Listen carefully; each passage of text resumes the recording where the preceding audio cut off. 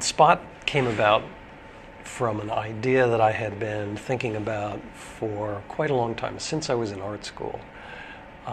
This idea of traveling deeper and deeper into multiple levels of worlds. It took a while, but I eventually attempted to create a book out of it.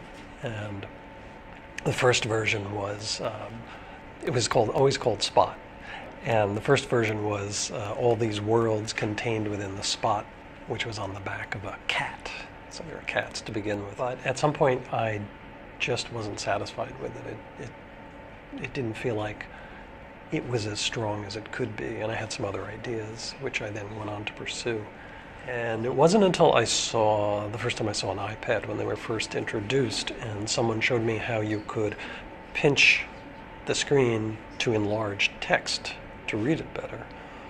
And I saw that, and I just suddenly thought, wow, this would be a great way to explore my worlds within worlds idea. It did everything I'd hoped it would. It was this way to visually transport a viewer down into these multiple levels of different worlds and realities in a way that was totally visual, just let you, by virtue of the pictures and the animations and the relationships between the characters, to explore and really come to your own conclusion about what was going on there. You know, in a book I will make sure the story is completely finished, exactly what I want before I begin creating the art. With Spot, really the story and the art developed almost at the same time, and a lot of things that I came up with image-wise suggested story elements to me. So in that respect, it was very different, and I enjoyed very much that, just seeing where it took me.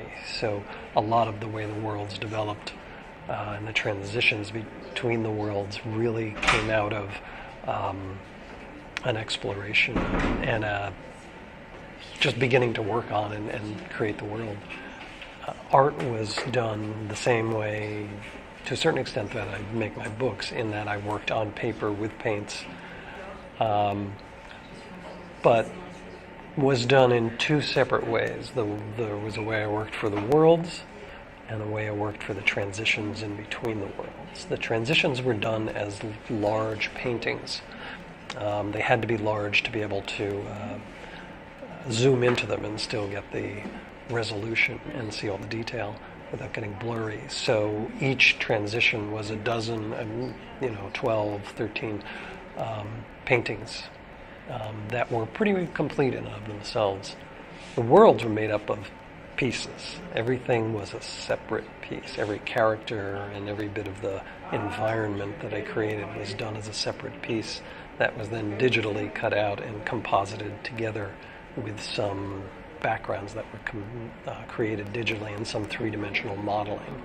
I would love to explore more, whether it's an app or virtual reality or whatever's next. The possibilities for storytelling seem just wide open, and it's very exciting. And